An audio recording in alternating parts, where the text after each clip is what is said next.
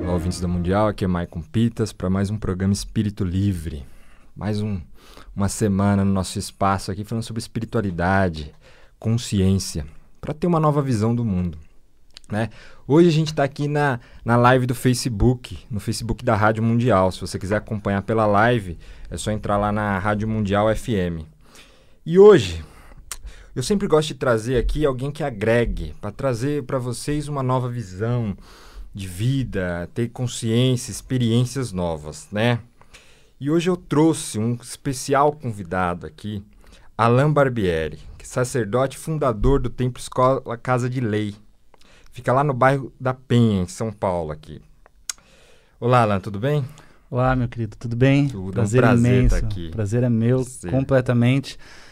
Muito boa tarde, boa noite aí quase para os ouvintes, né, de São Paulo aqui, que estão ouvindo pelo site também, né? Nós temos muitas pessoas ouvindo pelo site, com certeza. Sim. Obrigado pelo convite, estou feliz. Muito obrigado. Para quem não conhece, o Alain tem um canal no YouTube sobre Umbanda. Acho que é o maior canal que fala sobre Umbanda no YouTube, tá? Ele é fundador, é sacerdote, fundador do Templo Casa Escola de Lei. Exatamente. E ele tem uma visão bem consciente do que é espiritualidade, do que é Umbanda. E foi até um dos motivos de eu ter feito o convite, porque eu gosto muito do trabalho dele. Eu assisto, eu sou inscrito no canal dele, estou sempre assistindo e sempre observando esse trabalho.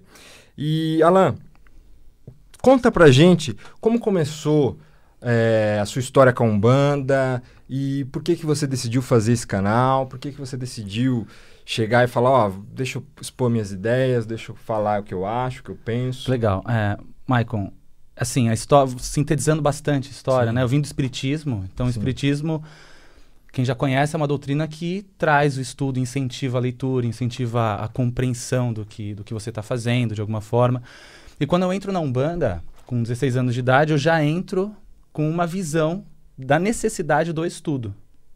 Então, eu entrei em uma religião onde, tradicionalmente, não se tinha o estudo, não se buscava informação. Quer dizer, o umbandista estava começando a se familiarizar com essa ideia. Então, a gente estava começando a encontrar, naquela época, terreiros que estavam fazendo palestras, terreiros que estavam promovendo cursos, mas não era tão comum quanto hoje é. Então, eu entrei na Umbanda, eu, como ex-espírita, né, de alguma forma, já muito consciente da necessidade de entender, de questionar. Então, eu entrei na Umbanda questionando o porquê disso. Né, o porquê da vela, o porquê do banho, o porquê da erva, o porquê isso pode e isso não pode, né, o porquê diziam que tais coisas eram proibidas, de alguma forma. E aí eu entro numa fase difícil da minha vida, né, a Umbanda me salva num momento de muita dificuldade, me transforma, e eu passo a ver a necessidade, de alguma forma, de mostrar para as pessoas o quanto a Umbanda tinha sido importante para mim e o quanto poderia ser para as pessoas também. Né, isso vendo como médium, né? Eu como médium já vi essa necessidade, já sentia a necessidade de compartilhar com as pessoas a experiência que eu tinha dentro da própria religião, mesmo no meu processo de desenvolvimento, de descoberta, de estudo. Aí houve um momento que o centro que eu fiz parte durante 7 anos fechou, fiquei uma fase sem participar de nenhum terreiro, até que eu abri a minha casa, que hoje é a que você citou. Que legal. Templo Escola Casa de Lei, que existe hoje há 7 anos. Mas é um trabalho que foi construído. A espiritualidade já vinha orientando, já vinha passando, né, as determinações e simplesmente aconteceu. E aí o canal surge exatamente da proposta de levar para as pessoas aquilo que dava certo para mim, aquilo que fazia sentido para mim. Então a ideia era compartilhar com as pessoas aquilo que para mim, de alguma forma, funcionava. Né? Aí o canal surge e ganha a proporção que hoje tem. Quase totalmente 100 mil. Chegando acho que até domingo, nós estamos aí contando as horas, mas até domingo a gente alcança 100 mil e que representa muito, não são números só. Sim. Representa a busca do umbandista por conhecimento. Sim. A conscientização do umbandista para entender a tua responsabilidade diante do trabalho que realiza. É isso que é mais profundo no processo. Quando a gente vê esses números gigantes relacionados à religião, recentemente eu dei uma entrevista para a revista Veja e todo mundo falando nas redes sociais. Eu falei, não é entrevista em si, mas é as pessoas reconhecerem a Umbanda como uma religião de pessoas pensantes. Sim. Pessoas que sabem o que estão fazendo, que estão conscientes e entender que isso de alguma maneira transforma vidas. Até pouco tempo atrás a Umbanda era vista como uma religião de fundo de quintal, de pessoas escondidas, onde você não poderia dizer que era um bandista, senão iam te jogar pedras. E hoje eu tenho orgulho de falar que eu sou um bandista. Sim. Tenho orgulho e consciência do que é ser um bandista. E as pessoas hoje estão tendo essa consciência também. Isso é muito bacana. E todo mundo sabe que já acompanha, né, me acompanha há um tempo. Eu sempre falo aqui que eu não tenho religião, mas que eu vejo a espiritualidade de uma forma livre, independente.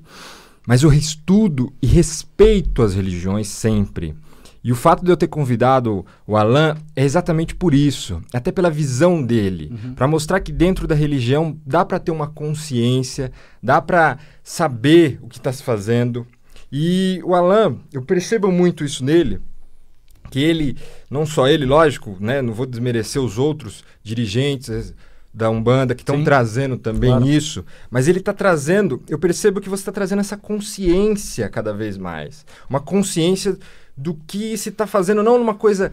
Porque a Umbanda, como você mesmo disse, ela tinha muito esse misticismo, esse achismo, isso pode, isso faz mal, se você fizer isso, o santo vai te dar uma surra, o santo vai fazer isso, a entidade, o guia. Então, acredito, e conheço histórias que os próprios adeptos dentro da religião tinham medo. Tinham medo do dirigente, tinha medo das entidades, tinha medo de largar. Às vezes... estava com medo de tudo isso. E você está trazendo essa consciência. Então, como que você vê a Umbanda agora com essa consciência? Igual você disse, são 100 mil. E não é só pelo número, porque 100 mil representa bastante pessoas pensantes. Sim. Como você vê essa consciência na Umbanda crescendo? Com os novos adeptos, com os antigos, como que você vê? Tá, antes de até comentar isso, fazendo um adendo, eu comentei que antigamente a Umbanda era vista como uma religião de fundo de quintal. E é claro que existem muitos terreiros no fundo do quintal. Né? O meu terreiro, de alguma forma, começou também.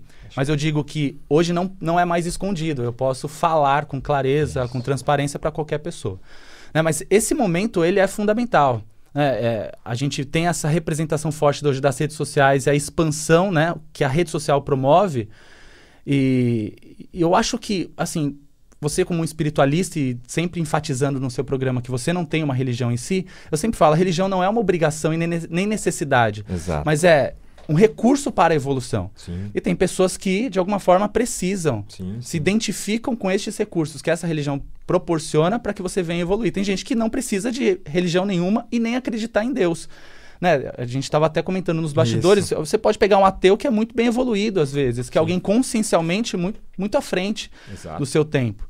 Né? E isso não está atrelado a uma religião em si, a evolução. E eu vejo a Umbanda como um grande recurso, uma grande proposta disso, da mudança, da transformação. A Umbanda expressa valores, virtudes, coisas tão necessárias para a mudança em vários sentidos da vida, que se um bandista compreender isso, não tem como você entrar em um terreiro de Umbanda, em um trabalho, uma gira, ver um preto velho incorporado, ver um caboclo, um Exu, uma pombagira tão deturpados ainda dentro da religião, e você sair a mesma pessoa. Não tem como você se deparar com tantos valores e virtudes e sair daquele lugar sendo o mesmo.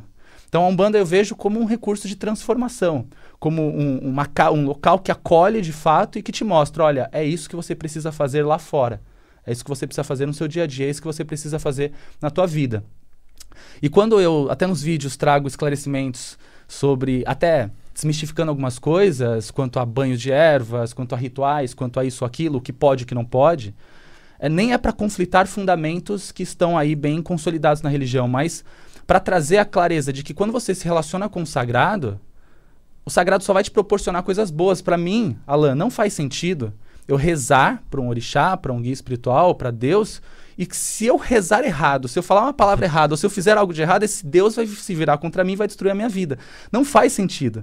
Eu não gostaria de ser um bandista, claro que eu não gostaria se fosse assim, porque você a qualquer momento pode ter a tua vida destruída por conta de qualquer coisa. Você é refém do medo, né? É refém do medo, perfeito. Isso não me agrada. Eu também não. Então, é a maneira que eu me relaciono com a espiritualidade, é o que eu procuro transmitir em todos os canais que eu posso, que a Umbanda é uma religião que acolhe, aberta, ampla, que permite que você seja você, da tua maneira, com os teus gostos e preferências, erros e acertos durante a vida, e que você vai ter ali uma oportunidade de aprender o que você precisa aprender para aplicar. Basicamente, isso é o que eu compartilho no dia a dia em si. E você vê essa ideia, né, sua, e eu vejo de alguns outros dirigentes também, você vê, tem no YouTube lá outros dirigentes, mas você vê essa ideia crescendo na Umbanda, que vai ser cada vez... Porque a Umbanda, a gente sabe que a Umbanda aqui em São Paulo é de uma forma, a Umbanda no Rio é de outra, Perfeito. No Nordeste é de outra, cada lugar tem as suas características. Mas você vê isso de forma crescente, agregando no país, no mundo, uma forma mais consciente, crescendo cada vez mais? Eu vejo com certeza. A conscientização cada vez mais se fazendo presente nos umbandistas, assim. Talvez as próximas gerações, talvez a próxima ou ainda mais uma, à frente, vai ter uma consciência um pouco mais ampla ainda sobre a religião. Eu não digo nem que eu esteja trazendo algo novo. Eu acredito que a minha maneira de se comunicar e talvez a afinidade que as pessoas têm comigo e com a minha linha de pensamento fazem com que elas prestem atenção no que eu estou falando. Mas não é algo inventado necessariamente por mim, né? Porque eu acho que pouco a pouco muitos dirigentes já tiveram consciência dessa responsabilidade. Eu acho que muitos trabalhos já foram feitos em menor proporção dessa forma, tão positivos quanto, né? O que acontece hoje, o que favorece muito é a proporção que esse trabalho que eu faço toma e que favorece a religião num todo. E acaba estimulando outros dirigentes a fazer a mesma coisa. Então, tenho visto muita gente criar canal no YouTube, criar páginas no Face e começar a compartilhar um pouco de informação, mostrando que um umbandista precisa pensar, que um umbandista precisa questionar, que um umbandista precisa entender e entender principalmente que ele é livre, que ele está ali vivenciando aquilo, aprendendo, crescendo, mas que ele, se em algum momento não quiser mais, ele vai embora feliz, porque ele não é obrigado àquilo. Ele não tem uma corrente que o prende naquela religião, é uma escolha. Basicamente, eu acho que cada vez mais se está tendo consciência disso. Eu vejo uma crescente gigante, sim.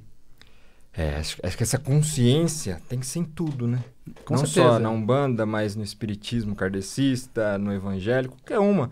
Eu acredito que tudo é válido. Se aquilo afiniza com o seu coração, se você se sente bem dentro da religião, qualquer religião, tá tudo ótimo. Sem Pode dúvida, ser, mãe. não tenho preconceito com nenhuma. Mas com essas suas ideias, né? E quando a gente fala de Umbanda, a gente fala, infelizmente, ainda está no inconsciente popular, coisas como... Quando a gente fala fundo de quintal, gente, a gente não fala que é ruim alguém ter um terreiro no fundo... É evidente. Não, porque a Umbanda nasceu dentro da casa. Com certeza, né? de uma casa. Dentro de uma casa. Mas quando a gente fala daquela vertente em dirigentes que proíbem Sim. os seus filhos de estudarem, de ler um livro, como eu já vi em alguns lugares, acredito até que você, como que recebe essas suas novas ideias? Não que é só sua, né? Mas como recebe essa forma que você age, que você interage, colocando com o pé no chão? Porque eu vejo que você traz a Umbanda com o pé no chão, não aquela coisa que as pessoas vão saindo muito, cuidado, muito cuidado. Não, calma, você é livre. A entidade é de luz, é uma entidade de luz. Então uma entidade de luz, ela vai trazer o quê? Elucidação. Sim. Ela não vai te cobrar, ela não vai te punir. Então isso não é entidade de luz que pune. Sem dúvida. Mas tem muita gente dessa velha guarda que tá mais nessa coisa fechada. Como que ser recebido? Depende, né? Depende, mas a gente nem está muito preocupado com quem discorda. Hoje o foco é sempre em quem concorda ou, de alguma maneira, quem está receptivo a absorver o que a gente tem a proporcionar.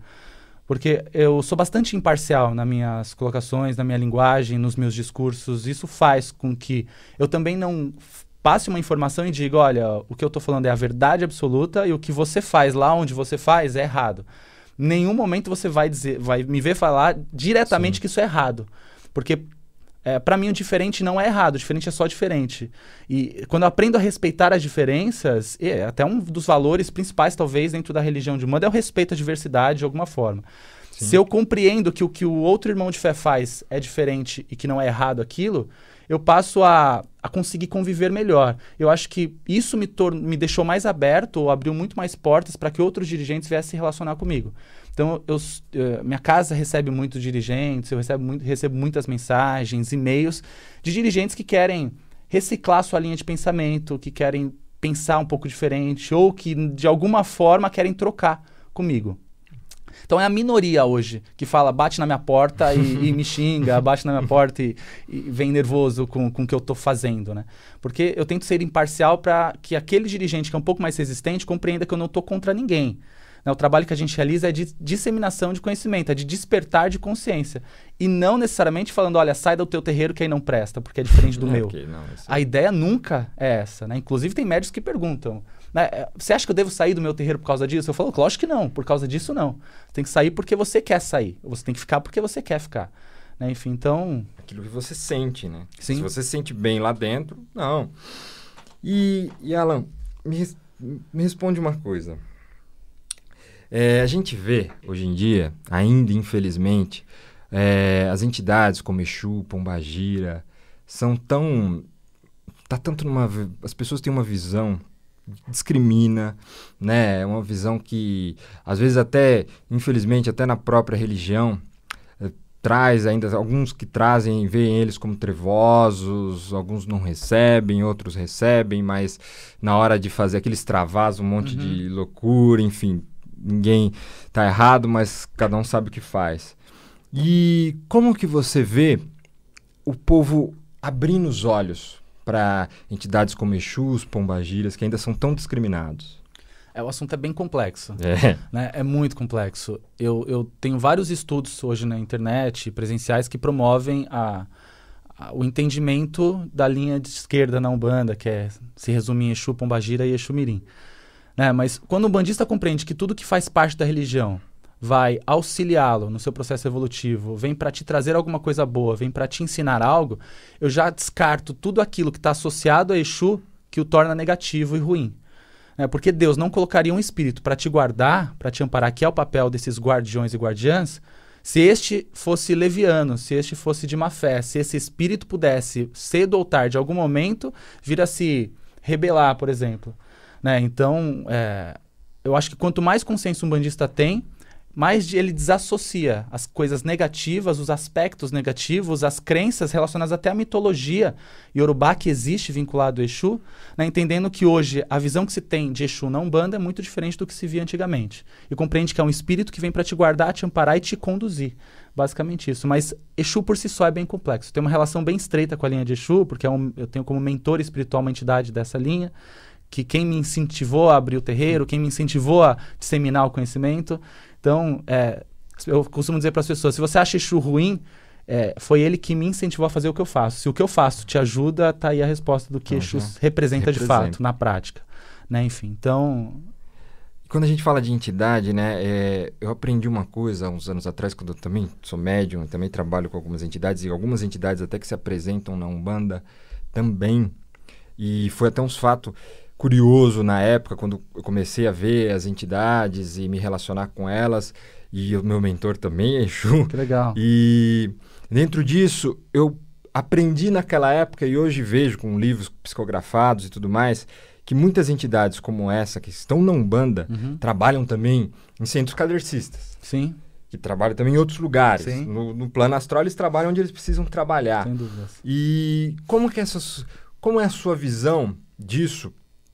E das pessoas que acreditam só que o espírito tá na Umbanda, ou tá só no kardecismo, ou tá só ali no esoterismo, ou tá aqui, sendo que eles estão sempre se relacionando. Meu irmão, o espírito não tem religião. Quem tem religião somos nós, né? Quem escolhe uma religião somos nós. O espírito em si não, ele está trabalhando e são roupagens. Eu acho que, não sei se você pensa dessa forma, mas são roupagens, o que na Umbanda a gente chama de arquétipos também. Sim. Né? Então são roupagens que este espírito assume para trabalhar dentro daquela estrutura religiosa que segue alguns princípios, que segue uma ritualística. Basicamente, então esse Exu lá na Umbanda, ele está representado com uma roupa preta, vermelha, ou branco, uma capa, uma cartola em alguns lugares. Mas quando ele sai do contexto religioso, é um João, uma Maria, um Paulo, um Carlos, um José, que pode ter sido qualquer coisa, um agricultor, um empresário, um juiz, enfim. Ele é um Exu naquele momento que ele está trabalhando dentro daquele contexto religioso. Saiu da religião, ele já não é mais aquele homem que fica gargalhando e tudo mais, né? Ele se apresenta como ele precisa se apresentar. Perfeitamente, dentro daquele contexto. Eu queria queria que você respondesse, porque como você é da religião, é interessante, né, trazer essa visão. Porque tem muita gente que acredita, até dentro da religião Umbanda, dentro do kardecismo, dentro de outras religiões, que aquele espírito está preso ali. Ou que aquele espírito é religioso também. Sim. Mas o espírito não está na religião. E vai obrigar o médium a permanecer naquele lugar, porque aquele lugar é o dele. Exatamente. E fica aprisionando a pessoa. Perfeito.